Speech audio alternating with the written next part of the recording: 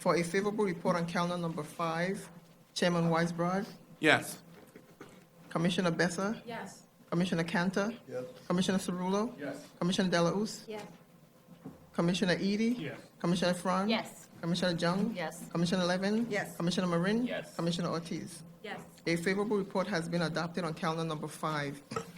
Borough of Manhattan, calendar number 6, CD 10, C140363 PQM, in the matter of an application for the acquisition of property concerning the Early Life Center, 13. For a favorable report on calendar number 6, Chairman Weisbrod, Yes. Commissioner Besser, Yes. Commissioner Cantor, Yes. Commissioner Cerullo, Yes. Commissioner Delauss, Yes. Commissioner Edie, Yes. Commissioner Efron, Yes. Commissioner Jung, Yes. Commissioner Levin, Yes. Commissioner Marin, Yes. Commissioner Ortiz. Yes. A favorable report has been adopted on calendar number 6. Borough of Manhattan, calendar number 7, CD4 N090311ZRM, in the matter of an application for an amendment of the zoning resolution concerning 510-512 West 23rd Street, West Chelsea text amendment. For a favorable report on calendar number 7, Chairman Weisbrod, Yes. Commissioner Besser, Yes. Commissioner Cantor, Yes. Commissioner Cerullo, Yes. Commissioner Delauss, Yes. Commissioner Edie, Yes. Commissioner Efron, Yes. Commissioner Jung, Yes. Commissioner Levin, Yes. Commissioner Marin, Yes. Commissioner Ortiz. Yes. A favorable report has been adopted on calendar number 7. Borough of Manhattan, calendar numbers 8 and 9. Calendar number 8, CD, CD 10, C150121 PQM. Calendar number 9, C150122 PQM. In the matter of application for the acquisitions of property concerning Early Life Center and A. Philip Randolph Senior Center. For favorable reports on calendar numbers 8 and 9, Chairman Weisbrod, Yes. Commissioner Besser, Yes. Commissioner Cantor, Yes. Commissioner Cerullo, Yes. Commissioner Delauss, Yes. Commissioner Edie, Commissioner Dweck, sorry, Yes, and please let the record reflect my favorable votes on the prior items. will do. Commissioner Edie, Yes. Commissioner Efron, Yes. Commissioner Jung, Yes. Commissioner Levin, Yes. Commissioner Marin, Yes. Commissioner Ortiz. Yes. Favorable reports have been adopted on calendar numbers 8 and 9.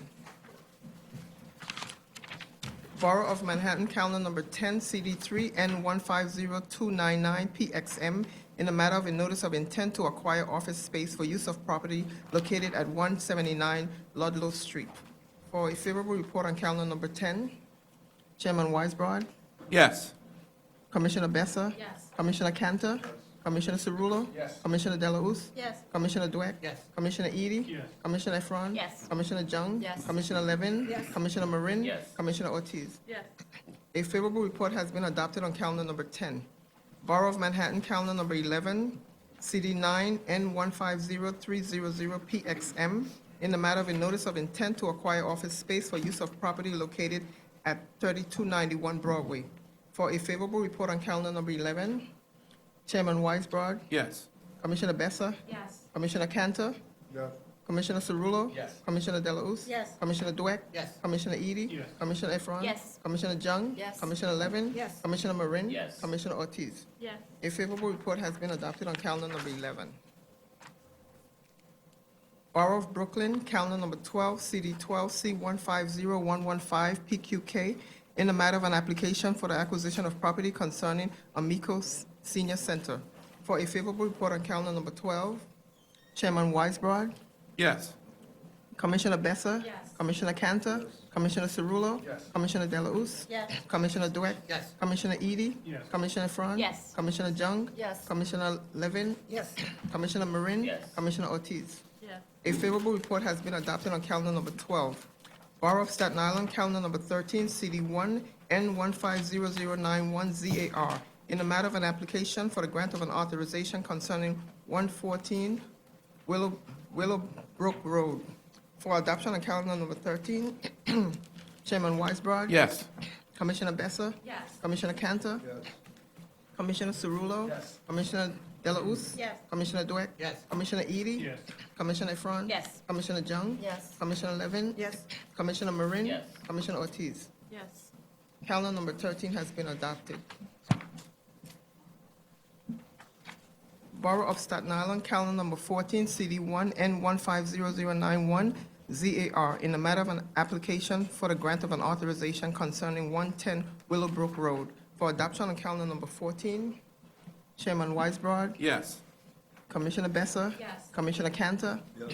Commissioner Cerullo. Yes. Commissioner Delauss. Yes. Commissioner Dweck. Yes. Commissioner Edie. Yes. Commissioner Efron. Yes. Commissioner Jung. Yes. Commissioner Levin. Yes. Commissioner Marin. Yes. Commissioner Ortiz. Yes. Calendar number 14 has been adopted. The next part of the calendar is the public hearing section on page 10. Borough of Manhattan, calendar number 15, CD2, C150146 ZSM. A public hearing in the matter of an application for the grant of a special permit concerning 41 Great Jones Street. The first speaker is Jerry Johnson.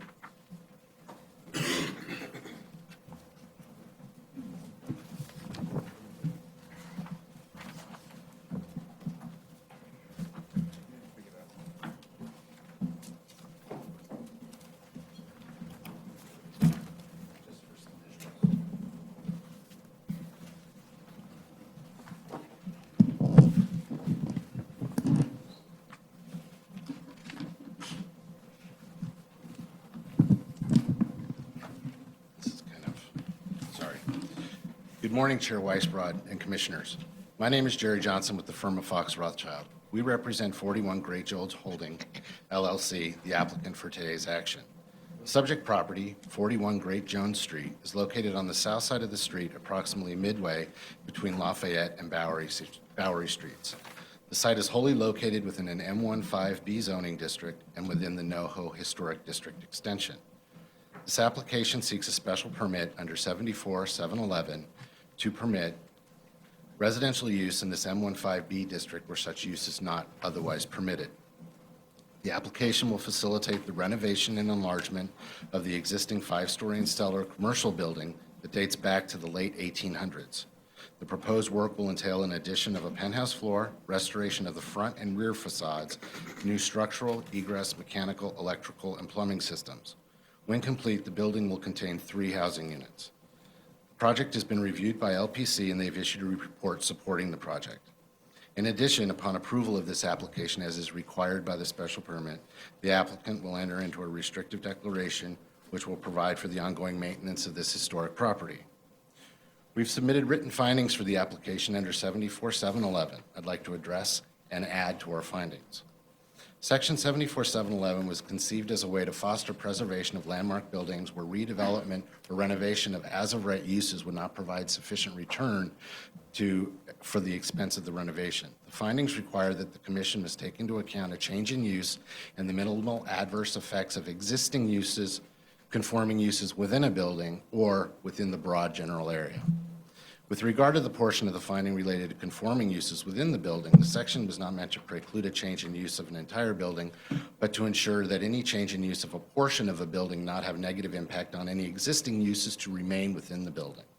As an example, a manufacturing use on the ground floor where you were seeking to convert upper floor to residential, the residential might have an impact on the ground floor manufacturing, or if you were converting alternate floors within a building where there were existing commercial uses, the residential use might have an impact on the ongoing operations of those commercial uses within the building. With regard to the finding for this building, the change in use we don't believe will have an impact on conforming uses since the building is currently vacant. With regard to the former commercial tenants, they left voluntarily before or upon expiration of their leases. It was not contemplated to extend leases or seek new commercial tenancies for a specific reason. The building's in poor condition, and whether for residential use or conforming commercial use, the building requires a complete and costly renovation. Any new commercial occupant would require significant upgrades and renovations to the existing building in order to make the building desirable. With regard to the impact of this proposal on conforming uses in the surrounding area, again, we believe there will be no adverse impact. The immediate NoHo neighborhood, I'm almost done. The immediate NoHo neighborhood has seen significant new investment in projects and have brought a mix of new commercial and residential development to the area. The introduction of residential use in this modest 13,500 square foot building will not adversely affect the surrounding community, but enhance the streetscape by enabling the restoration of this historic building. Thank you very much, Mr. Johnson. Let me start. I mean, it seems an unusual situation where, in fact, this building was occupied by conforming uses fairly continuously for a very, very, very long time. And indeed, at the time of certification, it was occupied by existing conforming uses. So I find your argument that the building is, meets the findings of not having an adverse impact on conforming uses a little strange, since, in fact, your client bought the building when it was fully occupied by conforming uses. Conforming uses continued in the building through certification, but for the fact that the opportunity to convert the building under 74-711 might be available, presumably the building would still be occupied by conforming uses. I disagree with the last assumption that you made. The building was purchased pursuant to some existing tenancies that were then that left as part of the process. We entered into this process after having evaluated various ways to redevelop the building, to restore it, and to go forward with the building. One of those was could we do it as a commercial renovation, and to upgrade the building and do the significant work required to make it, a top property, would require so much investment that the office use, which would be the likely alternative commercial use, wasn't deemed feasible. And so we sought the special permit under 74-711. Is that because your analysis showed that the building could not get a return as a commercial building? And if so, would it be Correct, possible? with the extensive and costly What- renovation that would be required to bring this building up to current Would- code, et cetera. Would it be possible, therefore, to submit that analysis to us? We can put together something, yes. Well, I thought you had it already. They looked at it months ago, yes, we can try to submit something in writing. But from what you just said, I thought you had They undertaken had that made the analysis, that's why we chose to seek. I'm sorry? They had done an analysis, which is why we Okay, chose could you to seek a submit that resolution. analysis? Yes. Thank you. Questions? Mr. Cantor? Does your client own the building outright, or is this on some sort of a? They own the building. They own the building, thank you. Ms. Levin and Ms. Deleuze. Mr. Johnson, first off, I noticed you were reading from prepared remarks, which I thought summarized very well sort of the core issue that we're wrestling here. So if they're in a form that you could submit them and we can have them as we think about how this goes forward, that would be great. We can. As you're certainly aware, this commission has been wrestling with this whole question of conversion to residential use of these older manufacturing buildings. And I'm struck by what's going on Great Jones Street overall. There, along this stretch of Great Jones, there are many, many buildings that have been converted to residential use in one way or another, some of them by going through a process and others of them by just happening. But in particular, there are two buildings on this block that went to the BSA for variances to accomplish exactly what you're trying to accomplish here. So since you're a lawyer, can you explain to us the difference between a BSA application and this special permit process and why your client chose to pursue this route here? And how we ought to be coordinating. I mean, it's a bigger policy question for the city, how we coordinate with BSA, which is making exactly these same judgments in exactly the same place, applying exactly the same provision of the zoning resolution and coming to somewhat different conclusions. Certainly. A BSA variance application is a hardship application showing that you can't make a reasonable return on the property. We actually looked at both processes when we were going through the process. And we wouldn't have been seeking a floor area increase. It was just a change in use. And it was deemed that the special permit process was a lesser action, so to admit, almost to some extent an exhaustion of administrative remedies. Try this first before you go to the more, the harsher remedy, which would have been a variance. We believe we discussed going both directions, and we chose this avenue because we thought it was more appropriate for this application for this building at this time. Okay. Thank you. Ms. Deleuze. Mr. Jones, can you, excuse me, can you speak to the relationship between this property and the loft board and the units that were registered under rent stabilization? I can, Good. but I would prefer to hold the response to that to a later speaker who's coming up, who is an attorney specialized in that area of expertise, who will be able to address those concerns. We took the community board's comments very serious during their hearings, and we have done significant research following up on that, and he'll be able to address those comments. Thank you. Ms. Efron and then Ms. Ortiz. Thank you. In your remarks, you mentioned that there is new residential development and commercial development or conversion of spaces. But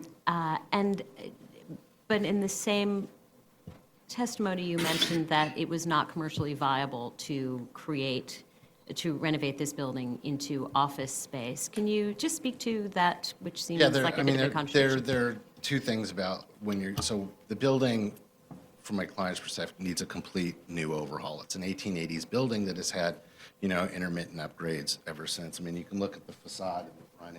It's not a very, it needs a lot of work. The inside is just the same.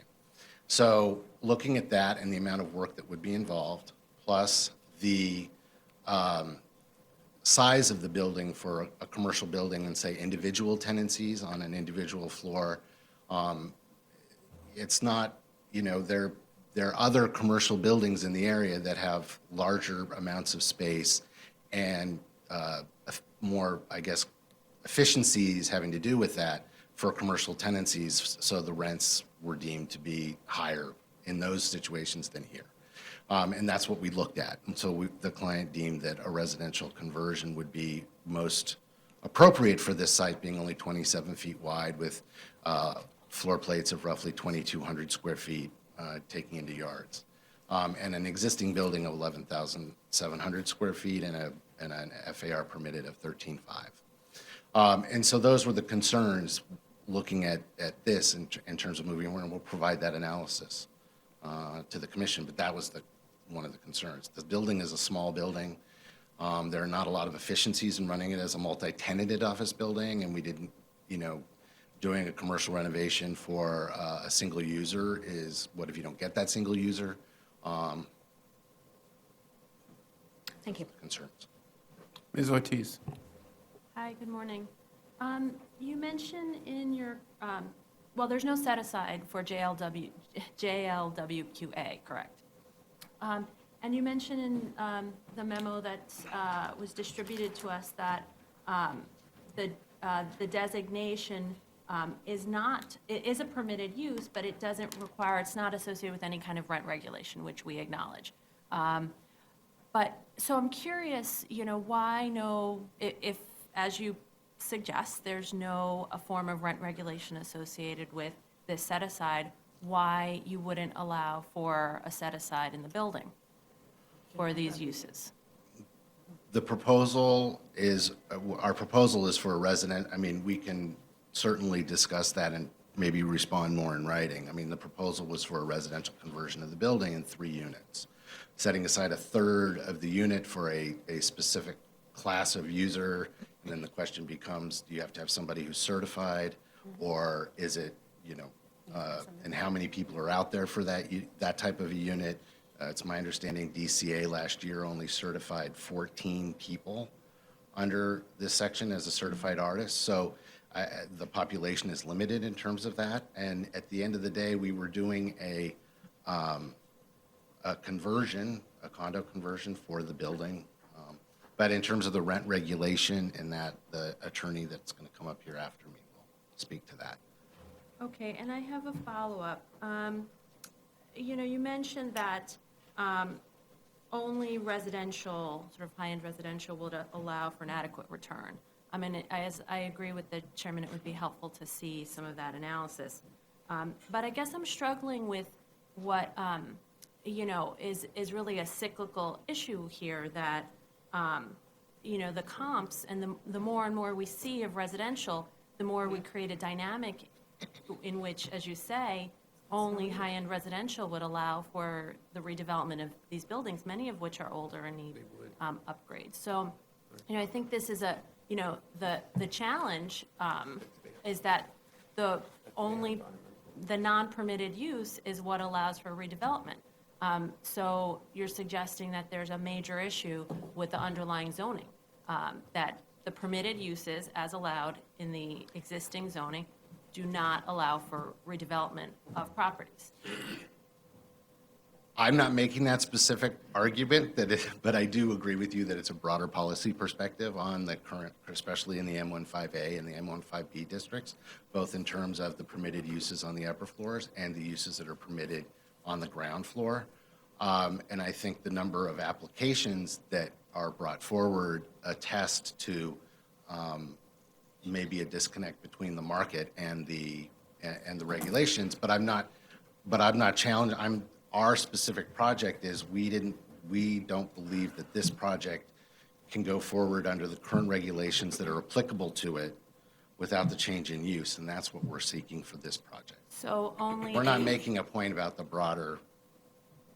But the point you're making is only non-permitted uses would allow for the redevelopment of this property because of the financial analysis that was completed. We chose to pursue a residential conversion because we thought that that would have the most opportunity for this renovation to be successful and to provide and lessen the risk of any real estate development question is to some extent a trade-off with risk and investment, right? So that was the least risky. We thought it would provide the return. We thought the commercial opportunity wouldn't provide the return and wouldn't be financially feasible. Can you refresh my memory again? When did your client purchase the property? In 2013. Thank you. Ms. Levin? No, I'm done. I find your argument, your environmental assessment here said that in the no build, you would re-tenant this building with commercial uses. So it's not that the building would be vacant. It's not that the building didn't have a viable alternative. And this is an area that is commercially desirable as well as residentially desirable. It is highly attractive for the kinds of creative businesses that are growing in the city of New York and are having a hard time finding viable commercial spaces. Full floors of 2,200 square feet are particularly desirable for creative firms. So I don't quite understand the argument that somehow this building would not be commercially viable. And I don't think the standard, unless you're telling me differently, is that the purpose of 74-711 in this provision is to allow property owners to maximize their profits as opposed to have a reasonable return on their property. I understand your point. In terms of the environmental review, I mean, your no build is often what is permitted as of right, which would be the likely scenario if this was turned down or in other situations. We chose under the landmarks provisions to pursue a renovation and a restoration for the building of a residential use. In terms of the findings, nowhere in those findings is a hardship finding required, though it was one of the factors that, not hardship per se, maybe for BSA standards, but for moving forward with the project and a successful project. It was one of the standards that we looked at. We don't see in 74-711 that an adverse impact is caused by this application for a change in use in residential use here in this location. And so that's why we pursued this application. Don't you find it a little strange to say that the purpose of the provision that it shouldn't adversely affect existing commercial uses in the building is so narrowly intended that the fact that the course of action you're pursuing results in the continuous use of this building as a commercial building will be terminated? Isn't that actually a much more dramatic outcome than the fear that one tenant, commercial tenant in the building might be affected by other residential uses? I think that the finding in terms of looking at it, and I believe it says, I can't remember the exact finding, does it say existing commercial uses or just commercial uses within the building? It says non-conforming uses. Non-conforming Conforming uses. uses, I'm sorry. Right, Impact on conforming. right. It doesn't say existing, it just says conforming uses in the building. That's correct, but when your client bought the building, fully occupied with conforming uses at the time of certification. So at the point you certified this property into the land use process, there were conforming uses in this building. The consequence of this action is not that those conforming uses, might be adversely affected in some way, an operational way, but in fact, they're forced out. I mean, I understand their leases have expired. They're not, client's not required to keep them, but as a practical matter, they and similar uses are forced out. And there's a big difference, it seems to me, between this situation and a building that has been, unoccupied for a period of significant time. Well, I disagree that the existing uses left voluntarily at the end of their leases or before. Well, their leases expired. I mean, of Correct. course. Correct. So the adverse impact on existing conforming uses within the building doesn't exist. But if you're going to extend that to the existing uses and commercial uses in the building, if they were to occupy those spaces and we were to undergo a head-to-toe or floor to top to bottom renovation of this building, that would severely impact and cause an adverse impact on the existing tenancies in a building for their daily operation of their commercial uses. We'd have to work around them. It would be more expensive. They would have to deal with construction on a daily basis, and that would be more of an adverse impact than And failing to renew the leases? failing to renew their leases. They have other options in the area, and they took advantage of that. I mean, I understand what you're saying, but I don't see how it applies, and I don't think it's ever been applied this way under this section. Do you have the legislative history of this provision of special permit? I will get it and do some research. Thank you. Any other questions, Mr. Johnson? Ms. Ortiz? Hi. Back to sort of the purchase in 2013, it's just 2 years ago. I'm curious if you could give us some insight into the valuation of this property and if it was, presumed that because there are comps on this street that include use 2, if there is some sort of assumption that use 2 would be one of the potential revenue sources, and a conversion was considered in the purchase price as a consideration of the You purchase mean price. was it valued as a residential building versus a commercial building on the purchase price? Yeah. We will address that. Ms. Levin? Could I just follow up factually on your exchange just now with Carl? You said that the existing commercial tenants had other options. Do you have any idea where they went? What happened to their businesses? Are they still located in the neighborhood? We can try to find it, but I don't know where. Yeah, I mean, part of this is that we're really wrestling to understand market forces in this neighborhood, and I think you were correct in acknowledging that the market is moving in a way that's different than the regulations, and we're trying to figure out what to do about that. So any further information about how the market works is going to be really helpful. Thank you. Any other questions, Mr. Johnson? Thank you very much.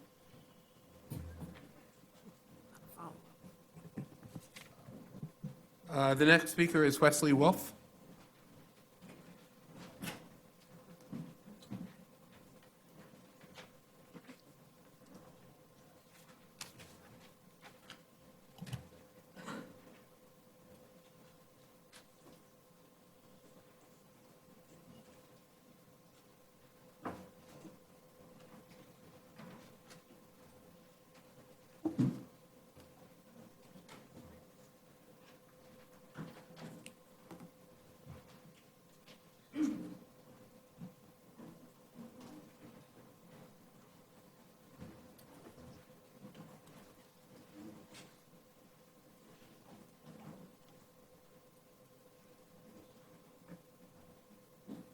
Good morning, Chair Weisbrod and Commissioners. My name is Wesley Wolfe. I'm with Morris Adjme Architects. We're the architect for the project, and I'm here to take you through the scope of the restoration and replacement work to the facades of 41 Great Jones.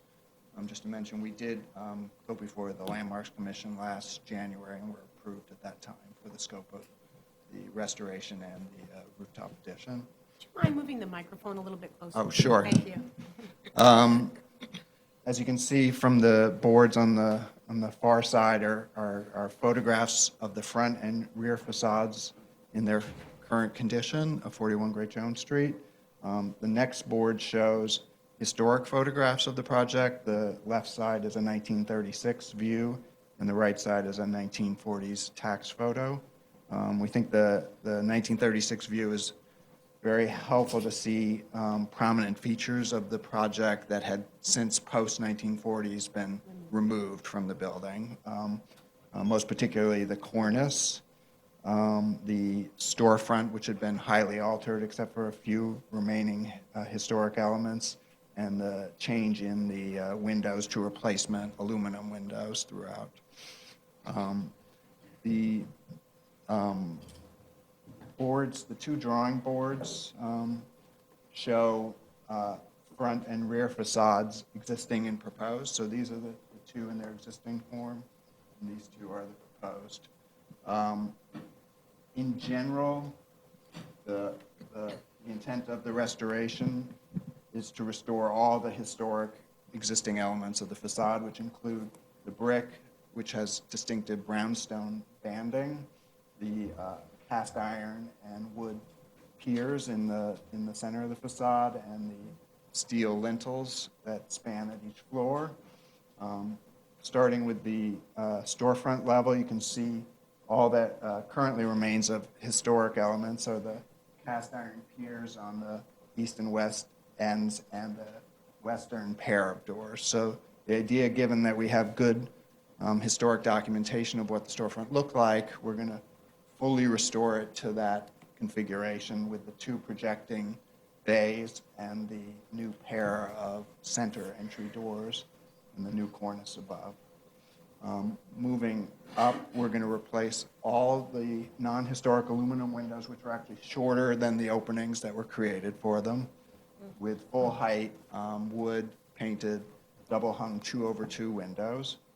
The building actually had a fire escape which was original to the design of the building. So it was an 1890s fire escape.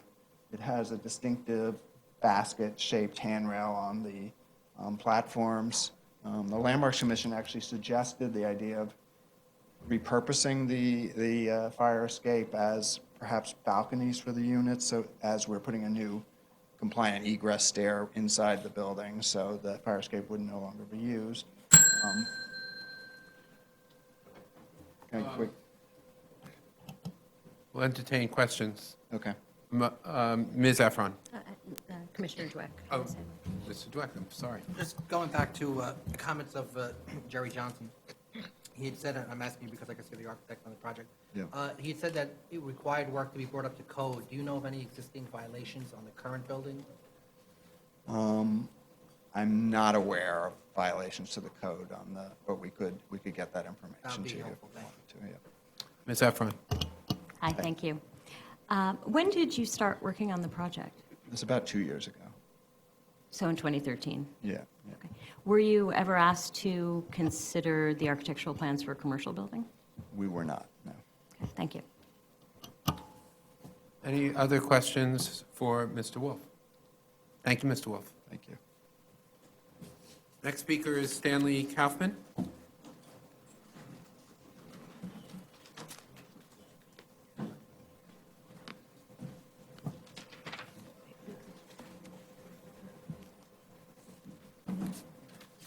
Good morning, Chair Weisbrod, Commissioners.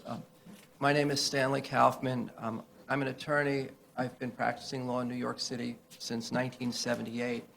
And in that time, my areas of concentration have included what has been described by New York's highest court as the impenetrable thicket that is New York's rent regulatory laws, including the rent stabilization law and the loft law. The suggestion has been made that 2 of the 5 units in this building may still be subject to rent regulations, specifically rent stabilization, even though, 1, this building has not been occupied residentially for at least the past 10 years. 2, the New York State Division of Housing and Community Renewal has no rent registration records on file for the building since 2003. 3, the Loft Board disposed of its records pertaining to this building in 1999 after the building left its jurisdiction. And 4, when the residential tenants of these 2 units vacated more than a decade ago, the rent stabilization law did not require that the owner file any particular form or take any other affirmative action to destabilize the units. 41 Great Jones was legalized, and a certificate of occupancy was obtained in 1989 through the processes of the loft law. And the loft law protected tenants of the 3rd and 5th floors did in effect obtain rent stabilization protection, because the loft law provides that once a certificate of occupancy is issued and the loft law sets the initial legal rent, each residential occupant qualified for protection, and that's a defined term, you have to meet specific criteria to be a residential occupant qualified for protection, but each occupant qualified for protection under the loft law shall be offered a residential lease subject to the provisions regarding evictions and regulations set forth in the Emergency Tenant Protection Act of 1974. The Emergency Tenant Protection Act was the state enabling act for rent stabilization. But the loft law nowhere states that the building becomes a rent-stabilized building and that these units thereafter remain rent-stabilized in perpetuity. The statute states only that the protected loft law occupants are to be given leases with rent stabilization protections. In fact, the loft law also expressly provides that where an owner purchases the improvements of a tenant, which occurred in one of the 2 units here, that unit is removed from future rent regulation if the building contains fewer than 6 units. And here, the fact that this building has always contained fewer than 6 units is a critical fact, because the rent stabilization laws expressly exempt from coverage dwelling units in buildings containing fewer than 6 dwelling units. Buildings that leave the jurisdiction of the loft law and the loft board have been considered to be rent-stabilized buildings covered by the Emergency Tenant Protection Act, but unlike the case here, those have been buildings that have contained more than 6 units. Thank you, Mr. Kaufman. Questions, Mr. Kaufman? Ms. Delauze. First, it would be great to get your testimony in writing. If you could please I can submit do that, that. that would be helpful. And then, do you happen to know what the last legal registered rent was in 2003? I don't remember, but it's on file with the DHCR, so we can easily provide that. That would be helpful. Okay.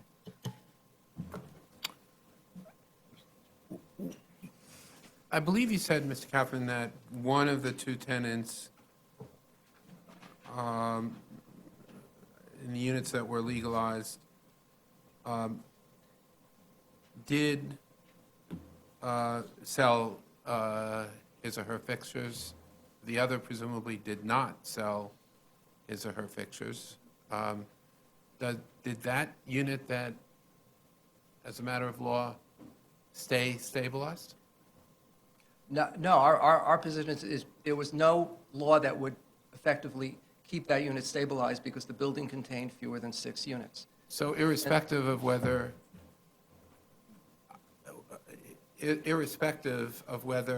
a occupant sold his or her fixtures or not, if the building contained fewer than 6 units, an occupant left and another occupant came in, that subsequent occupant would not be subject to rent stabilization? That's our reading of the law. Is that, do you know as a matter of practice whether that in fact has happened? In this particular building? In general. Do you know as a matter of practice whether that's either DHCR or the loft board's reading of the law? I don't know. I have heard sort of anecdotally that the loft board may not agree, but I don't know what the basis of their position is, and they haven't presented it, so I can't respond. But our reading of the law is that clearly... Do you know what DHCR's position is? No. Thank you. Ms. Delauze. Can you share some more information about when the tenant was bought out, Um, and for what amount? Again, I can provide that information in writing. I don't remember, but, and I don't know, I also don't remember if the number was redacted from the copy of the buyout agreement, which is often the case. But if we have a copy of the buyout agreement, so we can provide that information if we have it. Okay, that would definitely be a helpful piece of information, considering all the other pieces that we're weighing at this time. Mr. Cantor? Thank you. Is the applicant in the room? Is the applicant in the room? I think representatives of the applicant are in the room, yes. Are there any representatives other than you or the prior council going to speak? No, I'm last. Okay, then let me try it with you. Lucky me. That's the way the cookie crumbles. Right. What strikes me as unusual, your client bought the building fully occupied, correct? I don't know if it was fully occupied. There were some commercial occupancies But it was certainly fully conforming. still there, yeah. Right? It was conforming. They knew leases were expiring. Did they make any effort to market any of the space under the current criteria? I'm sorry, I don't know. I can't answer. I'm not in a position to answer that question. I was brought in, given my expertise in the rent regulation issues. That's why I didn't want to ask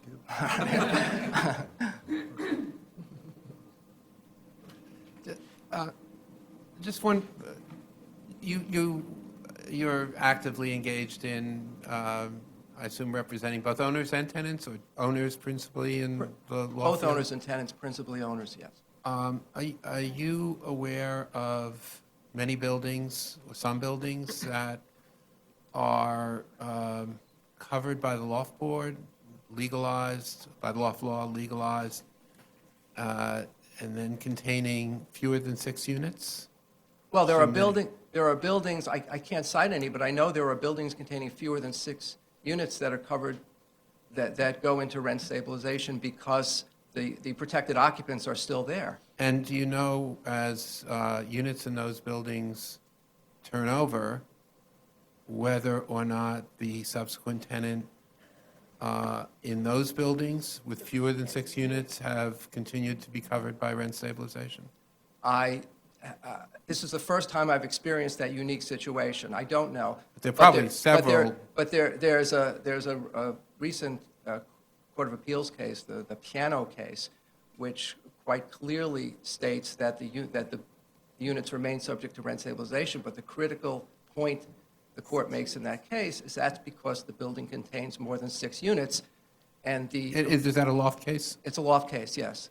And since the statutes are overlapping and the Emergency Tenant Protection Act then comes in to cover the unit after the prior loft law protected and then rent stabilized protected tenant vacates. But here, it's different because the building contains fewer than 6 But units. I'd appreciate it if you could submit that case. That would be very helpful. Sure. But having more than slight familiarity with the loft law, there are scores of buildings that have been legalized, covered by the loft law, containing fewer than 6 units, consequently covered by rent stabilization. And I assume that many of those buildings have seen tenants turn over the last 30 years. And I'd be interested in whether those buildings and subsequent tenants have continued to be covered by rent stabilization, even though their buildings contain fewer than 6 units. You would not know whether that's I the would not case? know how to obtain that information. We could try. But you're not. It's also possible that owners could be mistakenly be conferring rent stabilization protection on tenants. I found very few owners who mistakenly confer rent stabilization on anybody. But, It's happened. okay. Thank you very much, unless there are other questions. Thank you, Mr. Thank you.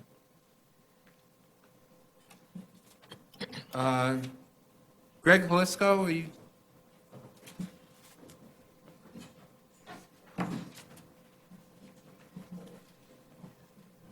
Hi, I'm Greg Kolisko from KRF. I'm just here to answer any questions on the environmental assessment statement, if there are any. Yeah, I noticed in the environmental assessment, as I mentioned to Mr. Johnson, that the no build here was to continue this building as a commercial building.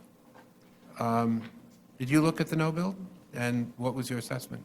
So the no action scenario assumes that the building would be retenanted with uses that are permitted as of right, and that's, a typical assumption that's made in an environmental review. Or you could say, as many environmental reviews, that the building could not be retenanted and would remain vacant, but you didn't say that here. Correct. I guess to do that, we would have had to have provided more documentation to that effect, which we had not put together at that time. And your assessment of the no build was what? What would happen?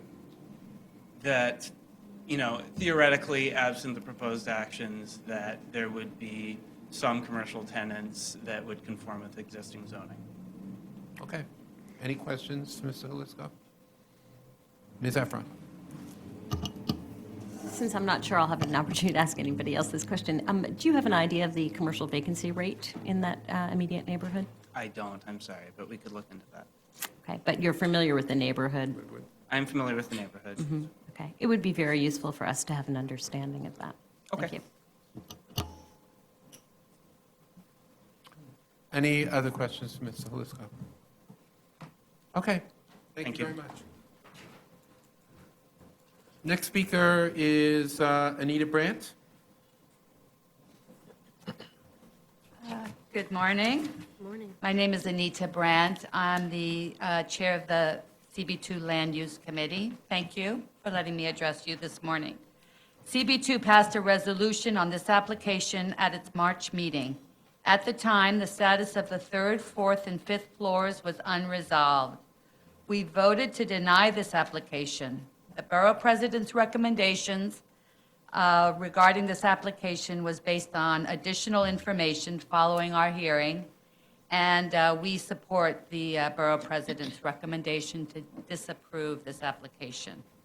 CB2's land use resolution contained two conditions. First, we recommended that the application be denied unless sufficient information was provided to prove that the third, fourth, and fifth floors were eligible to conversion to market rate residential. Second, we asked that if the units on these floors were eligible for conversion to market rate, that you deny this application unless joint live work quarter status is preserved for 2 full floors of the building. The community at Community Board 2 is deeply concerned about what's happening in NoHo and Soho. What was once a vibrant mixed-use area is becoming a monoculture of oversized retail and luxury residential. These areas are losing precisely the qualities that were responsible for making them so popular. In our community, joint live work quarters for artists offers a residential submarket. It's our community's version of affordable housing. Its loss and the loss of our artistic community are matters of great and ongoing concern. Over the years, Community Board 2 has been consistent in its resistance to the conversion of joint live work to high-end residential. As a result, the now obsolete 74-711 special permit, we struggle, feels like on a monthly basis, with the lack of joint live work quarters replacement and the restorations that should not be an excuse for abandoning a commitment to the diversity of the neighborhood that made them world famous. Thank you. Thank you, Ms. Brandt. Questions? Ms. Ortiz? Hi, good morning. I'm curious, the attorney mentioned in the memo we received that, JLWQA units had not, space had not been occupied by JLWQA for at least 10 years. And that they posit that, the conversion to use group 2 via special permit impacts a certified artist in the same exact manner that a conversion to conforming artist use impacts a certified artist. and that office use occurred some time ago, I would imagine within the last 10 years. What's your response to that? Well, my understanding, and it's really from reading the experts on these zoning issues, is that these units were never deregulated. They just weren't updated. Yes. And actually, according to the borough president's report, the commercial use was actually not as of right. It was a joint live-work quarters. So we are interested in establishing that and preserving that, regardless of whether it was occupied or not. I think that's just a way that people can justify changing it for whatever reason. So how do you feel about a conversion of JLWQA to office use, both of which are permitted in this area? What's the position? Well, I think we want a mixed use. So yes, we're interested in commercial as well as joint live work. I mean, our community is very concerned about the artists. Let me be honest, there's a lot of artists who speak up. So I won't speak for everyone, but I think anything that adds some mixed use is a plus. Okay, so you would have felt comfortable, 10 years ago, had they converted the JLWQA to office use. At that time, that would have been an okay conversion. I can only speak for myself. So I grew up in this neighborhood. I've lived there all my life. So personally, yes, I think it adds color, but I can't speak for the whole community board on that.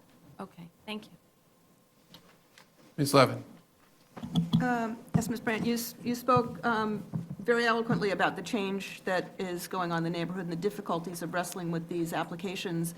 And you referred to the now obsolete 74-711 process. Is the community board engaged in any consideration of how we should fix this? I'm not talking about this application in No, particular, all of them. but... Well, I'm both on landmarks and land use, so I see them coming and going. And I think that, in my opinion, you really don't need to incentivize the restoration. Anybody who is renovating and does not both need change of use, they're going to be restoring the buildings anyway in our neighborhood. I mean, those days are gone where Soho was falling apart and you had to rescue these buildings. Now, in order to get the conversion prices, they're restoring the buildings regardless of the landmarks maintenance program. And I don't think that doing a non-conforming use is a given. It's a may, but now it's become like an automatic way to get a change of use. So you would recommend sticking with the use rules that are on the books and remove the possibility of applying for non-conforming And in fact, we use? always Okay. have a conflict because the landmarks comes first in the review process and land use second, that it's already been assumed that the use change is approved. Right. when Has in fact it is- has the community board adopted any policy positions on that broader issue? Well, I think we're in agreement. The chair of CB2 is here, so he may well speak to it, but it's certainly been, in the time that I've been there, we have continuously thought it's overstayed its welcome. It served its purpose very well, but it no longer does in the sense of preserving the community other than the building, the use. Thank you. Ms. Delauss? Ms. Brandt, thank you for being here, appreciate it. I'm just wondering, on your two conditions and your second condition about the request for the two JLWQA spaces, is that really a fallback position because you believe the applicant's statement that the two rent-stabilized units are no longer regulated to be true? No, we think they are regulated, and I think it's just because they haven't been filed or used properly, I think they absolutely are. And I just also think that we're interested in the affordable housing element of this. So whenever we can add affordable units, especially in a traditionally artist community, we are fighting for that. So in the event that their position is incorrect, that the two units are regulated, would that satisfy the community board even if they weren't JLWQA? Again, I can only speak for myself, but I think so, yes, if they were regulated by affordable housing. I think we really need a mixture of everybody, artists and not, we're being inundated with very high-end retail, super huge, and super high-end condo conversions. And that really does change the character of a neighborhood. For those who have lived there a long time, especially, it's just not the same. Thank you. Ms. Efron, then Ms. Ortiz. Thank you. This has been quite illuminating for us, particularly your comment about restoration shouldn't be an excuse for the conversion of these buildings. And also something else, which it sounds as if mixed use for you is not just use types, but actually affordability of residential versus luxury residential, as well as office space. But my question for you is whether there does seem to be, from the community board's perspective, a vibrant office market, and if it's highly desirable space in that neighborhood within the mid-blocks. Absolutely. No question about it. I mean, I have my own small office on Broadway and Houston Street, and it was very hard to find. There's very little, and there's a big demand for it. Because there is an artistic element to the offices in this neighborhood, and they're not super big. There's a lot of small businesses that are looking for space. Filmmakers, photographers, architects. And is it fair to characterize that as residents of the neighborhood who also want to live, to work in the neighborhood? Yeah, well, it is in my case for sure. Yeah. I'm lazy. I don't like to walk too far. Actually, that raised a question for me. Do you have a sense, since you are a commercial tenant in this neighborhood as well, what asking rents are for this kind of space? I would have to do a little research, but it's quite high. I mean, you get a very good return. I'm always staggered how much it's gone up, and also just how little you get for a lot of money. So I think it's pretty comfortable. It's certainly not compared to, other neighborhoods. Thank you. Ms. Ortiz, then Mr. Cantor. Hi.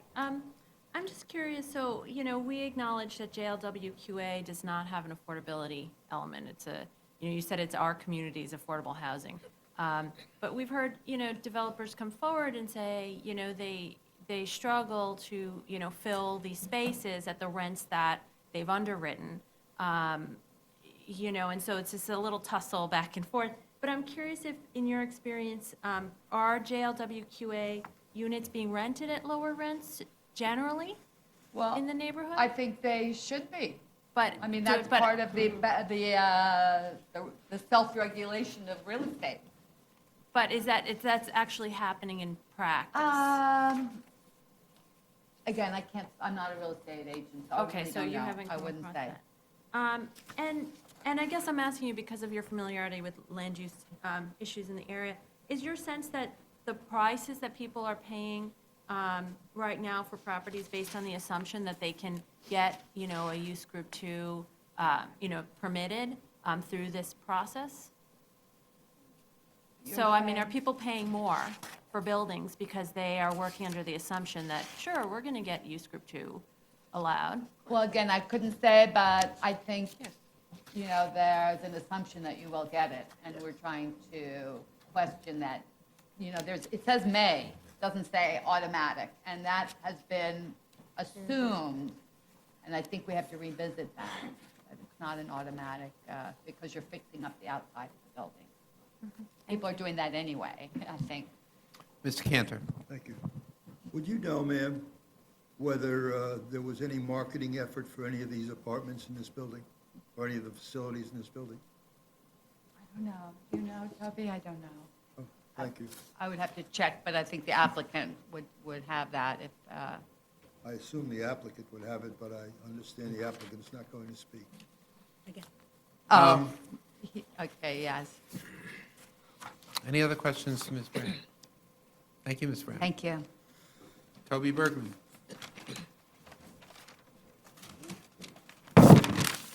Good morning, Toby Bergman, Chair of Community Board 2.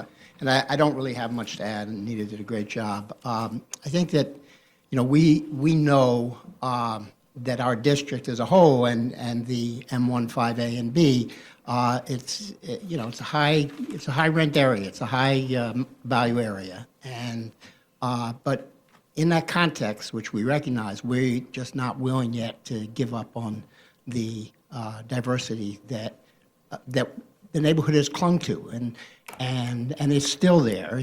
While it is, threatened, it's not gone, and it's extremely important, we believe, not just for the survival of the neighborhood and the specialness of the neighborhood, but also for the neighborhood continuing to make its great contribution to downtown Manhattan, the city as a whole. And I think that, the current, nobody, when the current zoning was, and there's various aspects of it that apply to the M15A and B, when those were written, nobody could have foretold what has happened to this neighborhood. And we do have a disruption of the relationship between the regulation and reality. On the other hand, I think the framers of all of those pieces of regulation, the underlying zoning, the 74-711, and the loft regulation, all, to some extent, foresaw this and recognized that their responsibility as planners was not to be disruptive, but was to be protective. And it's in there. And it's in there particularly in the clause that you've been paying attention to here, regarding the minimal adverse effects. And I think that wasn't put there accidentally. That was put there by people who recognized that there was a need for it. So thank you very much. Thank you, Mr. Bergman. Questions? Ms. Jung, and then Ms. Levin. Thank you, Mr. Bergman. Do you have any sense of how many JLWQA units you've still got in where they're actively being used for their intended purpose, whether the tenant is actually a certified tenant or not, like whether they're actually using it for as a jail, a joint live work quarters, and do you have any sense of where that is trending at all? I would say we don't have data. I don't know if anybody does, but we know it's not a pretty picture. Without pointing fingers, I don't think there's a place to point the fingers.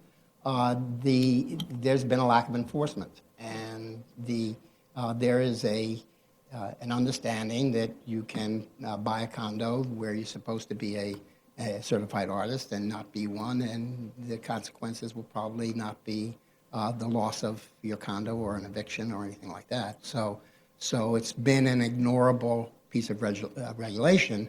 I don't think that the right approach, therefore, is to increase the extent to which it's being ignored. Ms. Levin. Mr. Bergman, we're wrestling, as I gather I know, as you've just testified, Community Board 2 as well, with the changing market forces in the neighborhood, the underlying purpose of the existing regulation. What is it that makes Soho and NoHo special? How does all of that continue into the future? And the community boards are in a unique position to see an issue like that from a variety of perspectives. At the Planning Commission, we just see it through the lens of the 74-711 applications, but I'm struck that particularly on this block, there have been 2 applications to the Board of Standards and Appeals that raise exactly the same issue, and the Community Board has been a participant in those proceedings as well. How different is I guess what I'm asking about is what's your sense of what the BSA is doing about these things, and whether, do your arguments have any different traction or appeal to them, and what kind of coordination do we need to figure out how to do between the Planning Commission and the BSA, who are, essentially 2 different avenues to get the same result, which is permission to use Group 2? Yeah, I think that it's a hard question because we're just kind of catching up to it. A little embarrassed to say, both with respect to the conversions to residential and also with respect to what is happening with respect to large-scale retail and retail in general on Broadway, which has just kind of spun out of control. And we're just kind of catching up to it. And it's amazing to all of us that we ignored it as long as we have. And I think that, the approach to BSA has been a little different. It's something which what happens at BSA, we consider it kind of circular, that you go out there and pay a price for property that is based on what its value is going to be as a residential property, and you do use that value as your underlying value to prove a hardship. So in other words, you have to be able to make a return only on an elevated, which is based on the assumption that you're going to be able to use it that way. You bought it because you thought you'd be able to use it that way. You thought you'd be able to use it that way because the BSA treats it in that way, that you will be able to use it that way if you prove that you have a hardship, which is created by the fact that you paid for what you did, and round and round and round. So yeah, I think that what we've approached it at BSA to some extent is more, and it's partially the way we see the difference of the agencies. We try to get a give back, and so for example, a community benefit. So for example, we have one coming up right now on Clarkson Street, which is a conversion from a chocolate factory, and we're trying to get the BSA to include in that and get the applicant to agree to include affordable housing as part of what they're offering. I think everyone's goals are really in the same direction, but right now, with respect to this, I think we see our role as to close the barn door, and then everybody will be on the same side, at least to the extent that we all understand that something has to be done to readjust. Ms. Efron, and then I think Ms. Ortiz. Thank you, and I imagine almost everybody in this building appreciates your description of the elasticity of zoning and the foresight of planners. And toward that end, it is a industrial zoning use currently, but that has elasticity to allow commercial use. Is it fair to say that the opinion of the community board is that the building is working the way it is as an M1 zoned building with commercial tenants?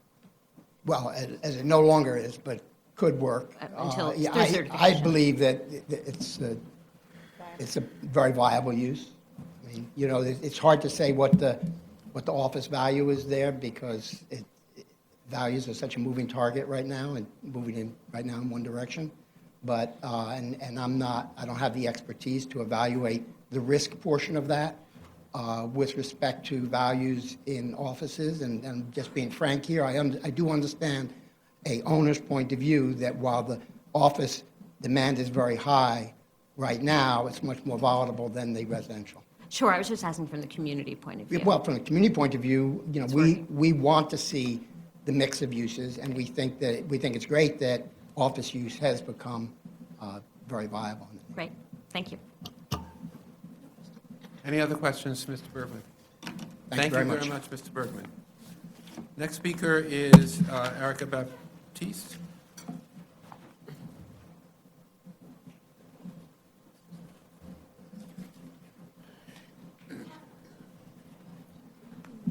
Good morning, Chair Weisbrod and Commissioners. I'm Erica Baptiste, Urban Planner, and I'm here on behalf of the Manhattan Borough President to express our concerns with the application for a special permit pursuant to Section 74-711 of the zoning resolution for 41 Great Jones Street. The Borough President does not feel the findings were met for this particular application. Recommendations from this office over the past year have repeatedly raised concerns over the continued use of special permits to eliminate conforming uses in favor of residential use in the Soho and NoHo historic districts. The applicant states in the findings that the group conversion will have minimal adverse effects on the building and surrounding area because the area is drastically shifting from a light industrial neighborhood to a more residential one. This shift is the result of discretionary actions by CPC, BSA, and in some cases, illegal conversions such as 37 Great Jones Street. However, the aggregate nonconformity of a neighborhood should not be justification for additional nonconformity without comprehensive study. As previously stated in the BP's recommendations, the special permit was not created as a way to holistically change a neighborhood's character. One of the major limitations of reviewing applications on a case-by-case basis is it requires the commission to analyze a unique set of facts for each application, where really the commission should be reviewing whether residential is an appropriate use for this neighborhood. Because of the complicated zoning history of this neighborhood, each building contains a convoluted fact pattern, and it's difficult to discern whether rent stabilization or artist use restrictions actually apply. The full disclosure of unit use is critical if the community board, borough president, and city planning commission are to properly analyze a change of use on the existing uses in a building and in the surrounding buildings. In this case, it is not clear that floors 3 and 5 are not still subject to rent stabilization as the applicant claims. And rent stabilization laws provide protection to units, not just occupants in loft buildings, that move from the jurisdiction of the loft board to that of DHCR. If number of units does not matter, it matters that the number of units doesn't matter. What matters is that the units actually went through the loft board process. And from our understanding of if our understanding of our discussions with the loft board and correspondence with DHCR are correct, then this building would have been 1 floor of use group 9, use group 6, art studio and gallery, 3 floors of use group 6, office space, and 2 JLWQA floors. This building would have been emblematic of the type of building for which NoHo is known, and this JLWQA use would be the type of use that should be preserved.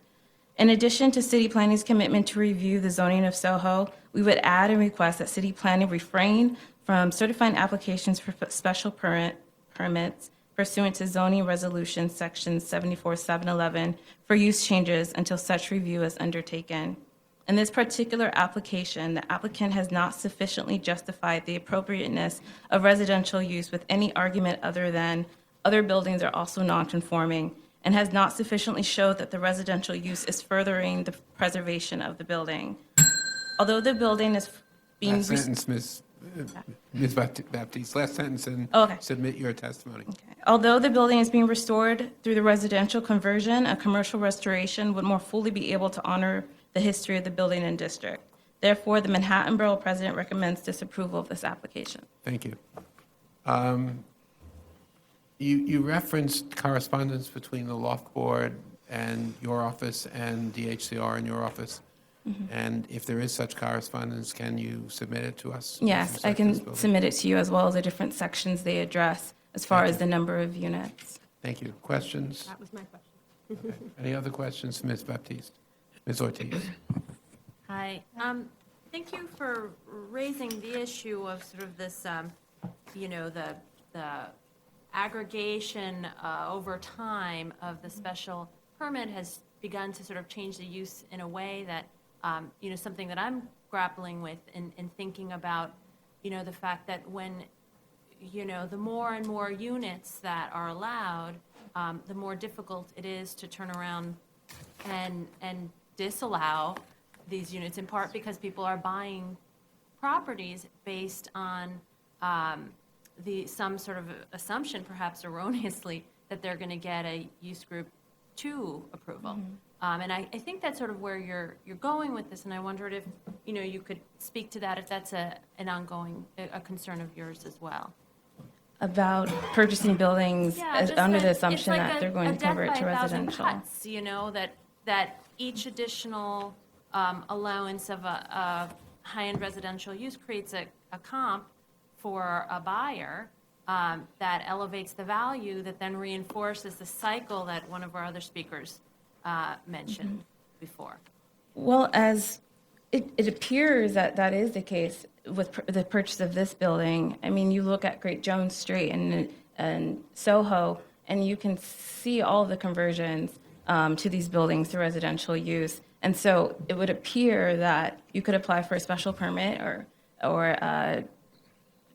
an application with the BSA and get granted a variance or a special permit to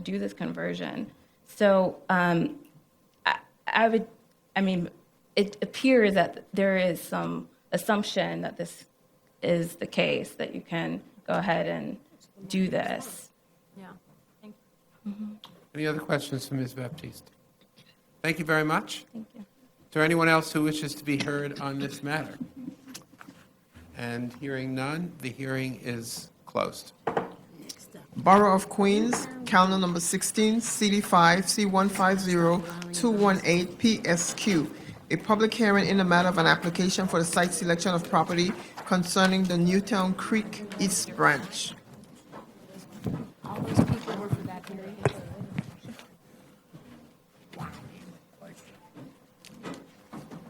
That's a tiny little building.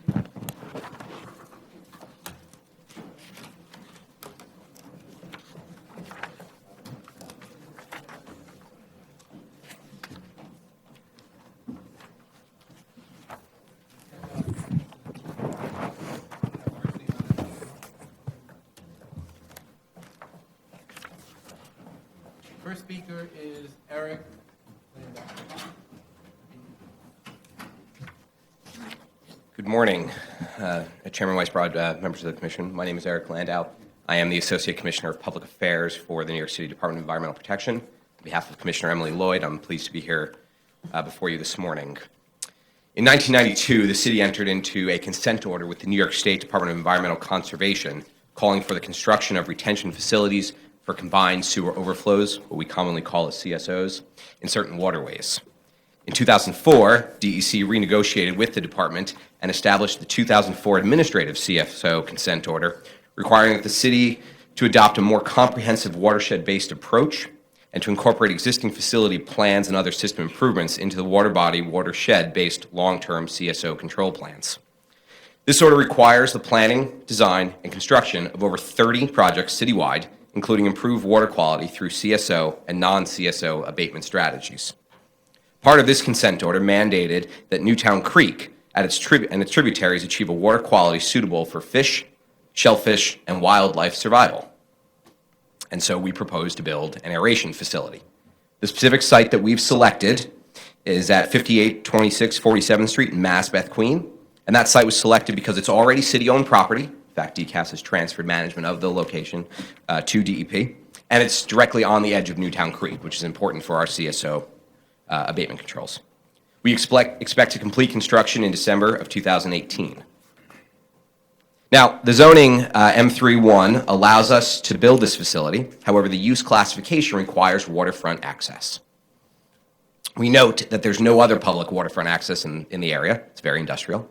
In addition, DEP does not have plans to have a constant and regular staff presence at the location.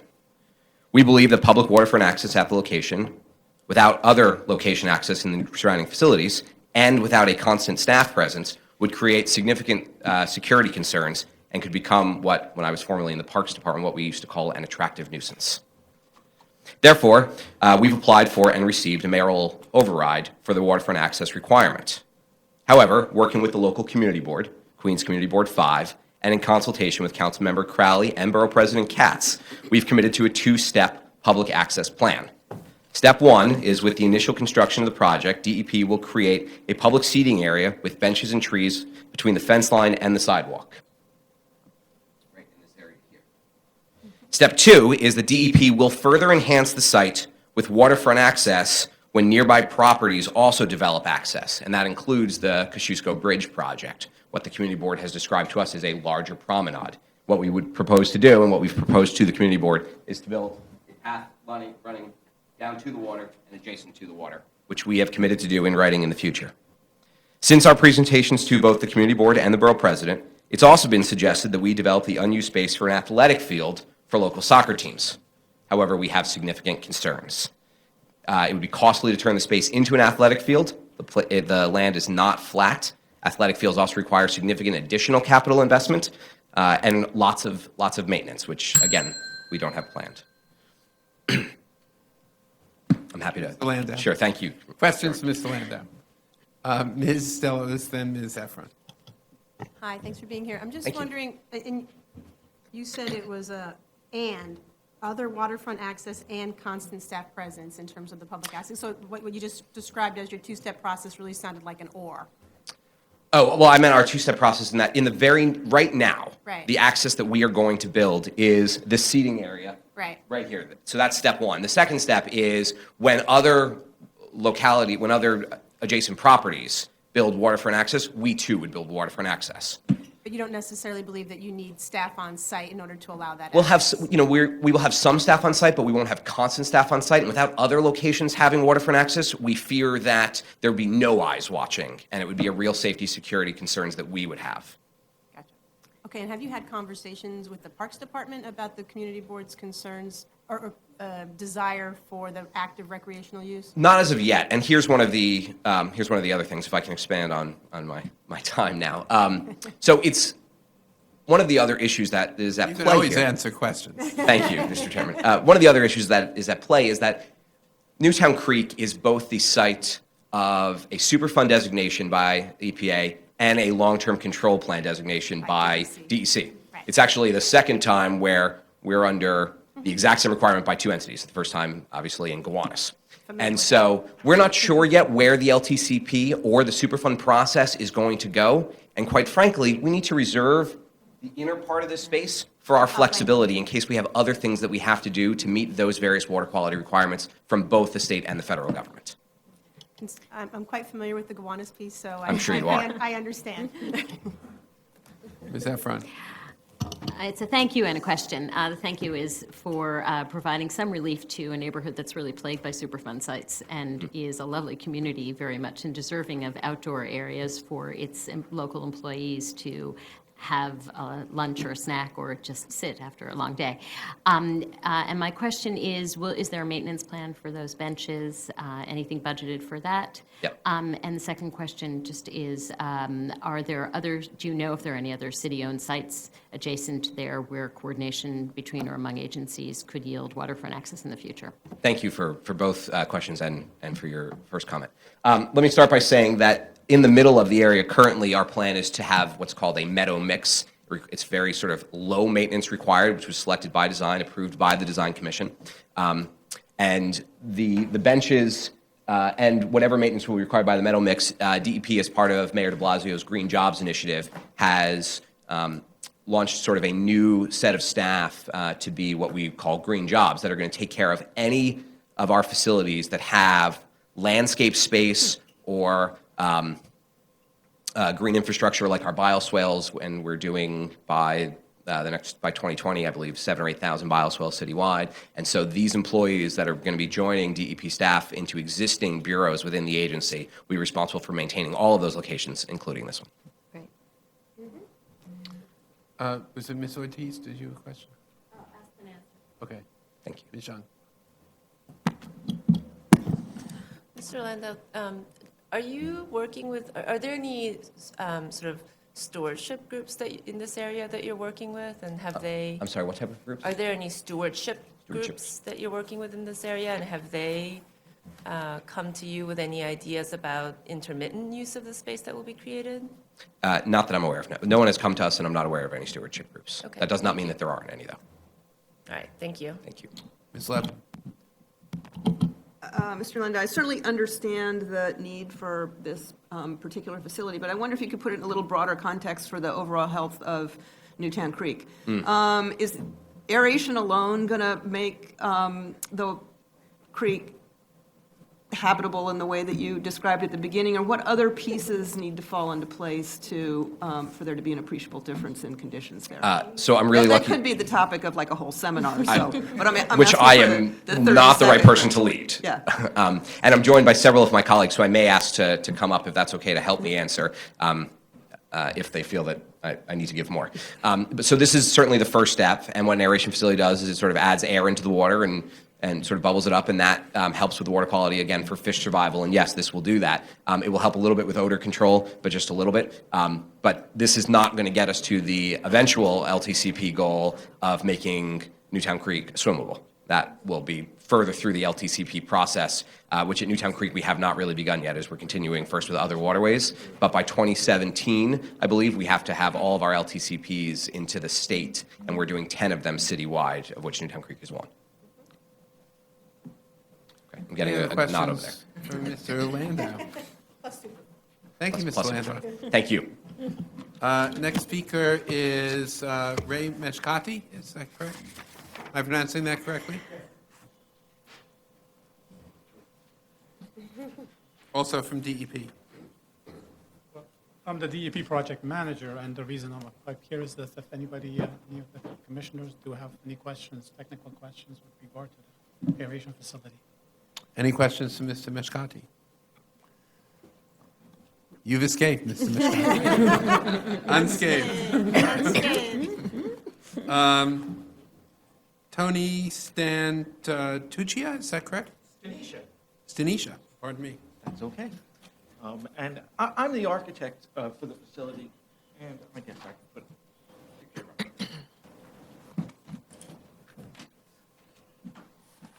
If anybody has any questions, really, about the architectural, I'd be happy to answer it. But that's what the facility is going to look like.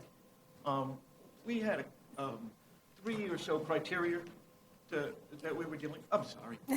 There was our most important criteria for this facility is, it's never going to be sold. It's going to be there forever. So, we used materials that would last 50, 75 years without maintenance. We also wanted it to be in a style that you could look at 25, 30 years from now and not say, oh, that's 2015. So we tried to make it very generic, so it wouldn't look out of place. And also, we had the waterfront aspect, and so we chose our materials to reflect the water as best we could. It's made out of a white glazed CMU with a matte face and a blue fleck, there's metal panels, blue in color. Also to reflect the water, and it has a gray kind of color as the vent up there of a roof. And again, it's a metal roof that should last 50 years without any maintenance. If there's any questions about the architecture, I'll be happy to answer them. Mr. Cantor. Did you say it was going to be a white-faced glazed brick? It is a CMU with an acrylic glaze. Okay, so it's a 8x16 unit. It's astroglazed by Trendwith, if you're familiar with them. That is an acrylic glazing that goes onto the face of a concrete masonry unit. Okay, the reason for my question was, I'm sure you know the history of white glazed brick. Yes, no, this is not one of an impervious, well, okay, it's an impervious material, but white glazed brick had a different problem where the faces broke off. Right. This product has been manufactured for 30 years and does not have that problem. It does not deteriorate with where the water doesn't get into it and pop the face, as happened on glazed brick. Ms. Levin. Yes, Mr. Sishu, Mr. Landau testified about the possibility of, or the commitment to allow waterfront access in the future as adjacent properties were developed with waterfront access. Does the site plan lay out sufficient space for that waterfront access to be provided in the future? I believe it does. At one time, we had some layouts of park access. But through decisions that were made based upon maintenance and budgets, they was scaled back to the meadow, and for the other reasons of they may need the space later on. Right. But yes, there is sufficient room on the site next door to provide access, certainly. Okay, and is there sufficient room along the creek bank to provide a walkway, or is the building crowding up against the? Oh, no. Let me go to the site plan again. There is room in front of the building. You could get the walk. How wide is that? How wide a pathway could be fit there? 12 feet. I'm sorry, I couldn't, I don't know offhand. 30 feet, if it gets. Okay. Yeah, I think it's important for us to know that room will be there in the future if we should get so lucky. Can I suggest that 18 feet? Okay, I've been Could you corrected. just submit a clear site plan so that we can see what is and with dimensions, so we know what is reserved potentially for expansion or for alternative uses, use, and what is reserved for open space and public access to the waterfront, and particularly this walkway in front of the facility. And We'll with be happy to. comparison, also, I think, to what would be required if you didn't get the zoning override. What does waterfront zoning require? And you know, so what's being overridden? We can provide that, we'll provide that. Okay. Ms. Delausse and Ms. Young. This may not be a fair question for you, but I'll just pose it, and maybe in the follow-up materials that are coming, it might be helpful. I'm just thinking about this from the opportunity of an educational opportunity for the public, because because of the history of the waterway, because eventually there's likely to be some level of public access adjacent to the property, whether or not there's any thought that the department's given to anything about public education and the use of this facility, and just something to think about. Okay,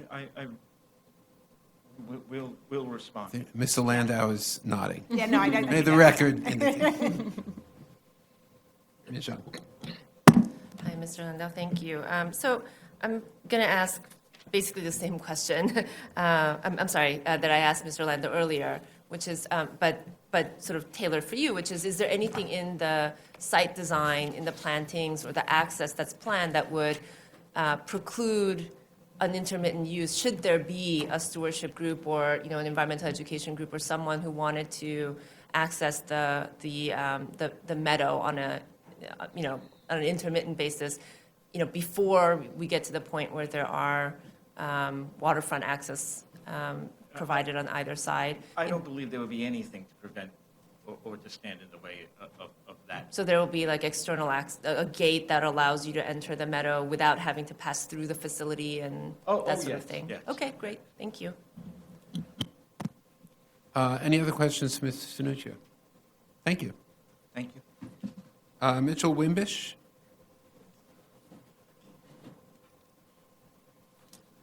Good morning, Chairman, Commissioners. I'm Mitchell Wimbish. I was the project manager for the environmental review for DEP. I could answer any questions on the environmental review. And I could also speak to Commissioner De La Luz's question, perhaps about education. And You volunteered, go ahead. I would just say that... Oh, first, any questions on environmental review? Hearing none. Now you can answer. I would say that we do have a public facility at the Newtown Creek Treatment Plant, which is close by, that has a lot of educational events and materials there. So I don't think that it was ever brought up specifically for this facility, partly because of the location of one so close by. Okay. Mr. Marin?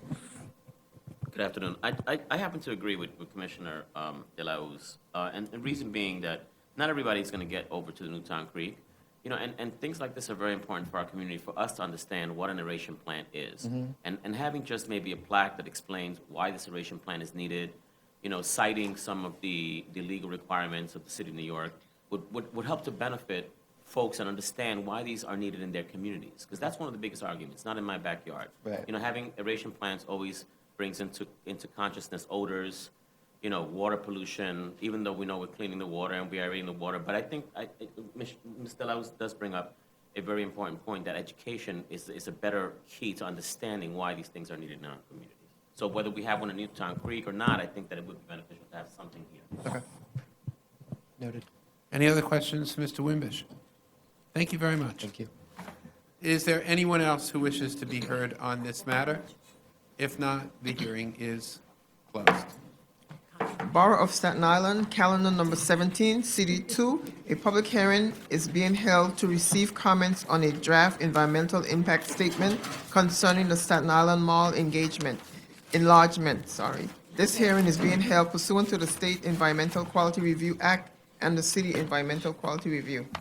And just to remind everybody, this is a hearing, an environmental review hearing, opposed to a ULIP hearing. First speaker is Ethan Goodman, representing the applicant, which is General Growth. General Growth? Correct. There are co-applicants. So I am, first of all, good morning. Morning. Chairman Weisbrad, Commissioners, my name is Ethan Goodman. I'm with the firm of Fox Rothschild. We do represent General Growth Properties, who is a co-applicant along with Macy's and JCPenney, the other two owners of property on the zoning lot, for the actions before the City Planning Commission to facilitate an approximately 426,000 square foot enlargement of the Staten Island Mall. The enlargement of the mall is currently planned to include a wide range of new retail spaces, both small and large, newly designed food court, new restaurants, a Fairway supermarket, which lease was recently signed for, and currently a cinema and a new parking garage. But what's most exciting about this plan is really what's proposed outside the mall, which is substantial improvements and upgrades to the whole area surrounding it and the parking lots that are, the large parking lots that are around the mall now. We are proposing 467 new trees to be planted in hundreds of planting islands within the parking lots surrounding the mall, and this will substantially soften what now could reasonably be called a vast sea of asphalt around the mall. The plan also includes a 15,000 square foot public piazza in front of the main entrance. You can see that in the right side of the left rendering there. This is going to be a flexible event space, a gathering space that can be programmed with seasonal activities like farmers markets, holiday displays, and even more significantly, can really become a central outdoor gathering space for everyone on the island. This is much as the inside of the mall has served in an informal basis today. It is essentially an informal community center for Staten Islanders. And the improvements to the mall's parking areas really do make a lot of sense, as there are currently more than 2,000 unused parking spaces at the mall, even on the busiest holiday shopping weekend. So a lot of the parking goes unused now. It's really overparked. So by converting a number of surface spaces to spaces in a new parking garage, we're able to do the entire project and really result in a net reduction of only 367 spaces at the mall. So that'll still leave the mall with over 6,500 parking spaces in total, and our projections indicate that there will still be between 500 and 900 free spaces, that's 500 and 900 free spaces, during the holidays, even with the requested 47.5% reduction in the zoning requirement for spaces. Finally, while our requested approvals have a lot to do with parking, we've also used this opportunity to substantially upgrade access to the site by those who don't drive. Right now, more than 10 public bus lines serve the mall. Many of these lines actually come into the mall in the Ring Road, and they have stops at the western frontage right off Richmond Avenue in the Ring Road itself. So while we've left the Ring Road in its current location, we haven't brought the bus stops closer to the mall entrance, but by expanding the mall out to the west, we've actually brought the mall entrance closer to the bus stop. We've also added a series of formal crosswalks linking the mall to the bus stop, and then further out to the surrounding residential community for those who choose to walk to the mall from that community. So it's finishing up. So it's safer and easier to get to the mall without a car. We've also added over 200 bike racks. And finally, while we realize most people will continue to drive to the mall, best part of this project is we're improving, upgrading, and expanding a place people already drive to. With the enlargement, Staten Islanders will have more and better access to retail services, and we will have created 943 permanent jobs and more than 1,000 construction jobs in the process. Thank you, Mr. Goodman. Questions for Mr. Goodman? Ms. Delauze. Hi, how are you? Thanks for being here. I'm just wondering, based on our review on Monday, I understand that there were 5 intersections, 5 locations that the DS identified that there were impacts that couldn't be mitigated, and that there are some discussions right now with City DOT about possible mitigations. I know that we'll hear more about it in the FEIS, but I'm wondering if you could share more about what those conversations are and what the hope is specific to those 5 intersections. Sure. So first I should separate the 5 intersections for which we were not able to find suitable mitigation measures versus the I believe 7 intersections, or actually, no, there are close to 24 intersections which we have been able to find suitable mitigation measures. About 14 of those intersections are mere signal timing changes, but there are an additional approximately 7 intersections that we are proposing geometric improvements to. Those intersections, basically, we're working within the existing right-of-ways to develop additional turn lanes, to do some selected parking daylighting to allow those turn lanes to happen, and combine those with some change in widths of lanes and restriping to increase throughputs through the intersections. Right now, the discussions on those are ongoing with DOT. They're still evaluating them with their geometric design people.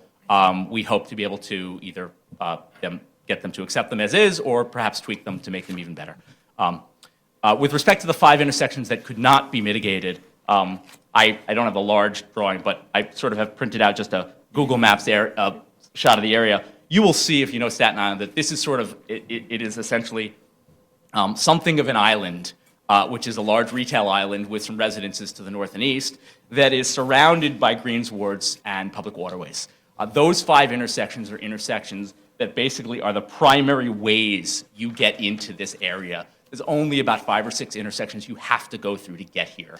It's either coming from the south, going up Richmond Avenue at Arthur Kill Road, or coming from Richmond Hill Road or Forest Hill Road, or Richmond Avenue from the north. Those intersections, we have proposed to make them better, or to make them better than their existing condition a little bit, but the level of services will still degrade slightly because they're so actively used now. So pursuant to seeker, we just couldn't find a measure that would acceptably bring them back to the sort of no-build condition. That's why they remain unmitigated. Ms. Efron. Thank you. Could you speak to the needs of the expanding aging population in Staten Island and the handicap access? I understand there are additional curb cuts and change in the curb cuts, but will they be wide enough to actively support both cars and handicap or less mobile individuals? Sure. So it's worth noting now that if you look around the perimeter of the mall, we're actually not changing the access from the surrounding streets at all. And we're also not changing the ring road around the mall as it currently exists. What we are doing is building the mall out. One interesting thing is, right now, the mall, the front entrance, there is a moderate-sized parking field right in front of the main entrance for the mall. That's where everybody attempts to go and park now. They first look there to find a spot, and when they can't, then they go further afield. What we're trying to do here is basically expand out the mall, and you'll see it in darker here. So existing right here, and the mall's expanded out here. That leaves a small residual area right in the front that could be to the south of the Piazza. It could be a small parking field, but what we've done is actually converted that to almost entirely handicap parking. So the handicap spots will essentially be all the spots that are right in front of the mall. So rather than having handicap spots sort of a little more dispersed throughout, we've placed primarily almost all the handicap spots right there in the front. There will be certain ones additionally in the rear, next to the supermarket. We've also designed all the sidewalks and crosswalks with sufficient widths and curb cuts to accommodate people that are in wheelchairs, so that it will accept, fully ADA compliant and accept all people that have disabilities. Thanks. Ms. Ortiz.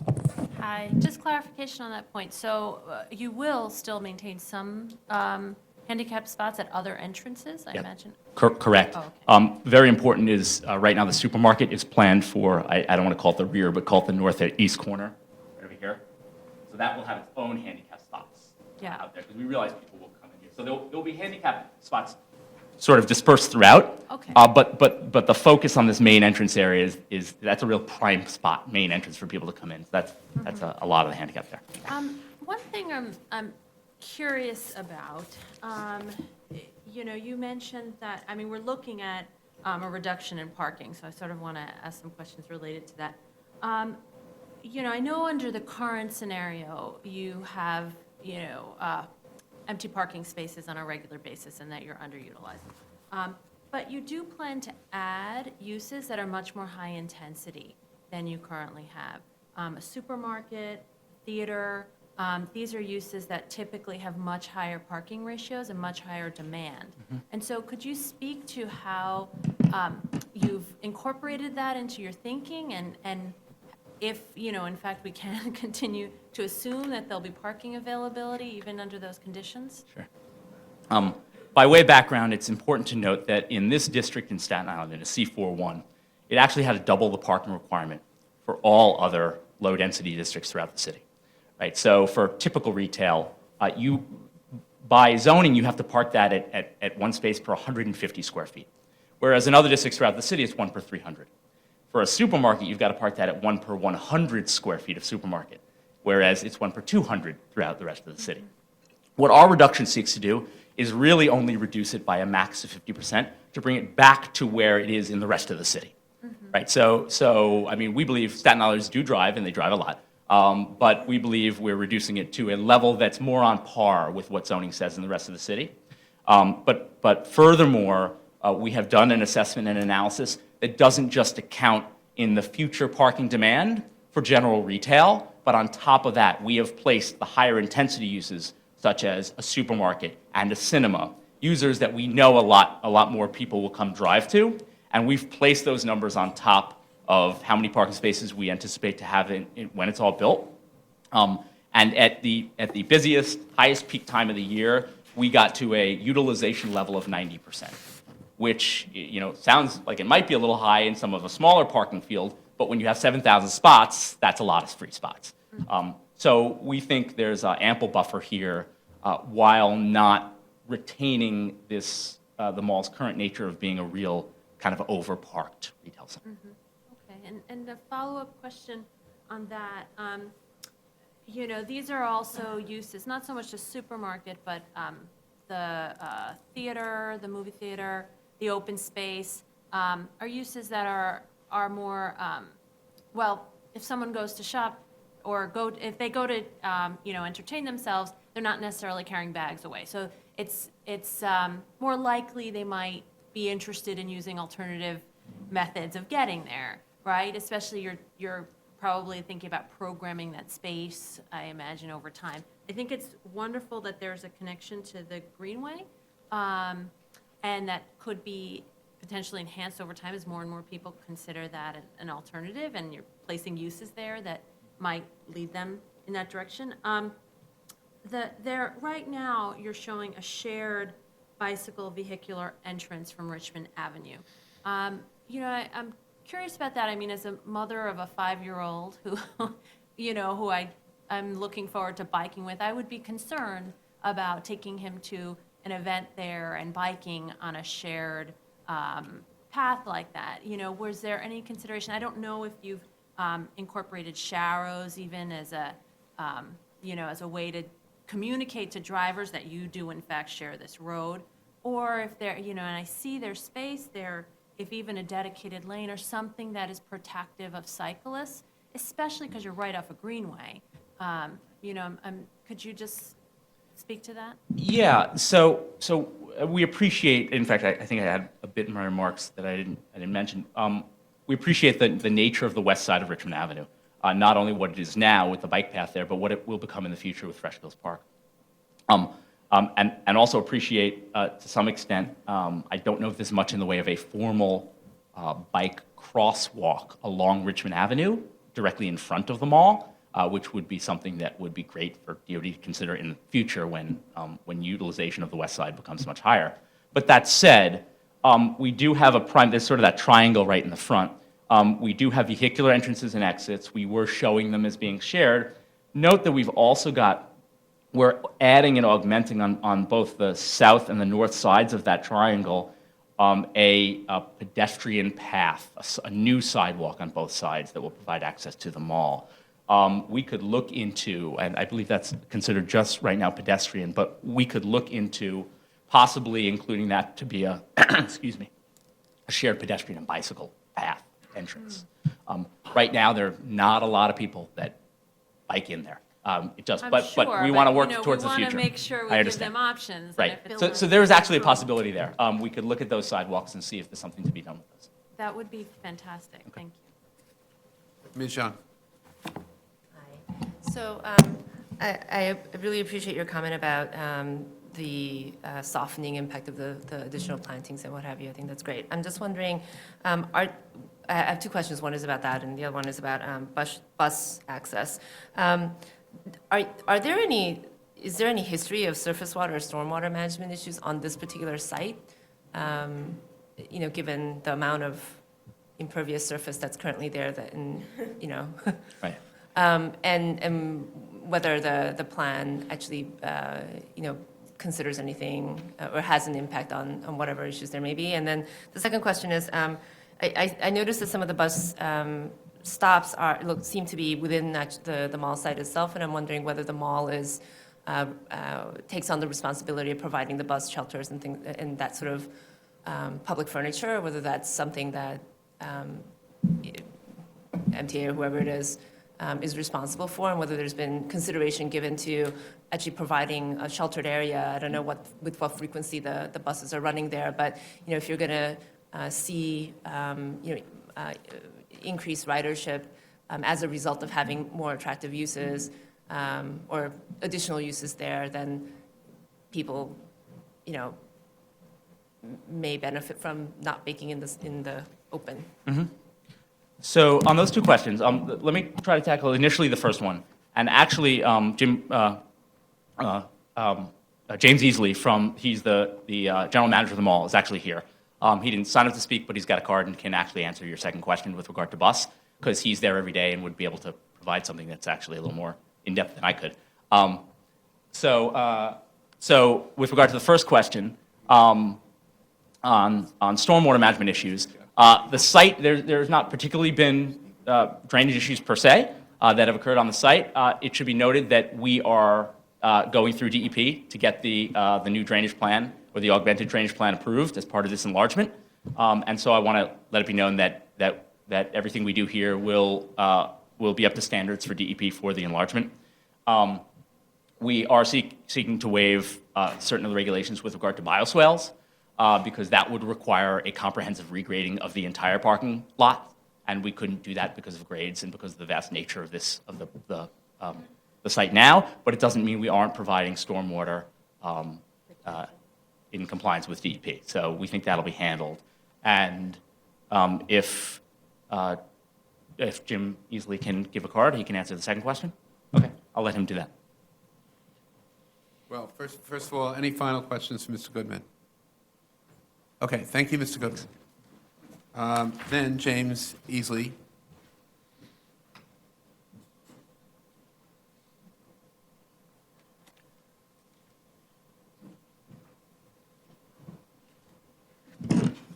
Good morning, actually, good afternoon now. Commissioner Weisberg, thank you for the opportunity. To address your question with the MTA, there are exactly 7 bus stops that are actually on the mall property. 4 of those have bus shelters. For some reason, 2 are provided by MTA and the other 2 are provided by Clear Channel, which is the company that comes in and builds the shelter and then does the advertising for them. So we maintain 2 of them and MTA maintains the other 2. So we're hoping after this expansion is complete or during that there's another area that's not really on mall property. It's on the back side of the mall where the where the grocery store will be, that there will be 2 additional shelters where there's no shelter today, but there's a bus stop in place. You put it down. There are areas back here. There's a bus stop here, a bus stop here, and we need additional shelters here and here. And then the existing shelters are here, here, and on the other side by Sears, here and here. And then there's other stops that are located here and over here that don't have shelters. Thank you. Any other questions for Mr. Easley? Thank you. That was a cameo appearance. Well done. Any other questions at all? I am closing the oral part of the hearing, but the record will remain open for 10 days to receive comments on the DEIS before it's finalized. And at that time, the hearing will be closed. And Madam Secretary, is there any other matter to come before us No, this Chairman afternoon? Weisbrod. With that, I will entertain a motion to adjourn. A very, very quick motion to adjourn.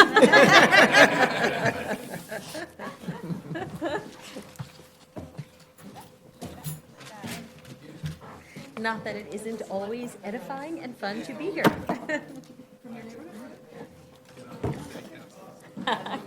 I'm sure you'll do a great job. I may have to find out. No.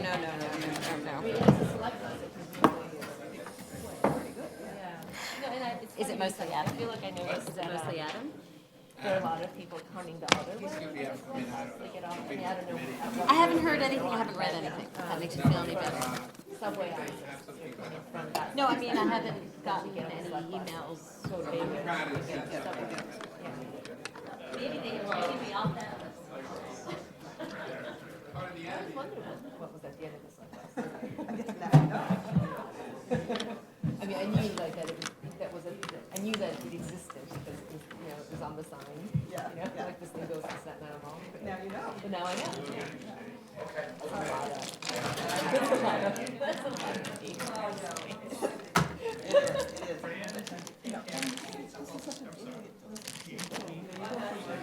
More cocktail conversation. Oh, no. Oh, okay. 17-foot frontage yesterday for citizens.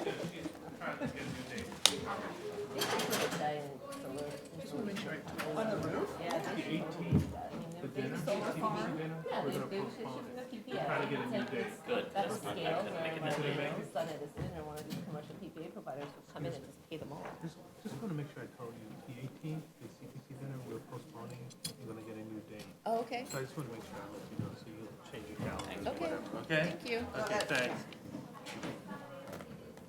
But they would just get, I mean, that would just be additional income for the model. Yeah. Like, I don't know why they didn't do that. Yeah, in fact, we should ask them if they can do that. Oh, well, I was trying to. Well, yeah, no, I'd heard that Carl needed to be across the street Yeah, at yeah. noon, so.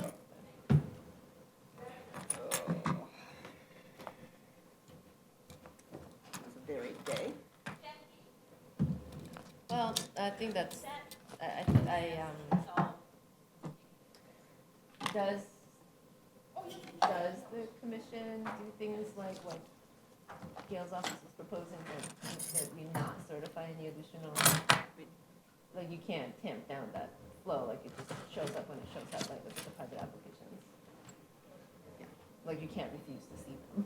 Yeah, I think that's right. Yeah, I think that's right. Well, but what there's really, but I think it's interesting. I mean, Gail's office is pushing in one direction, which is says study the whole.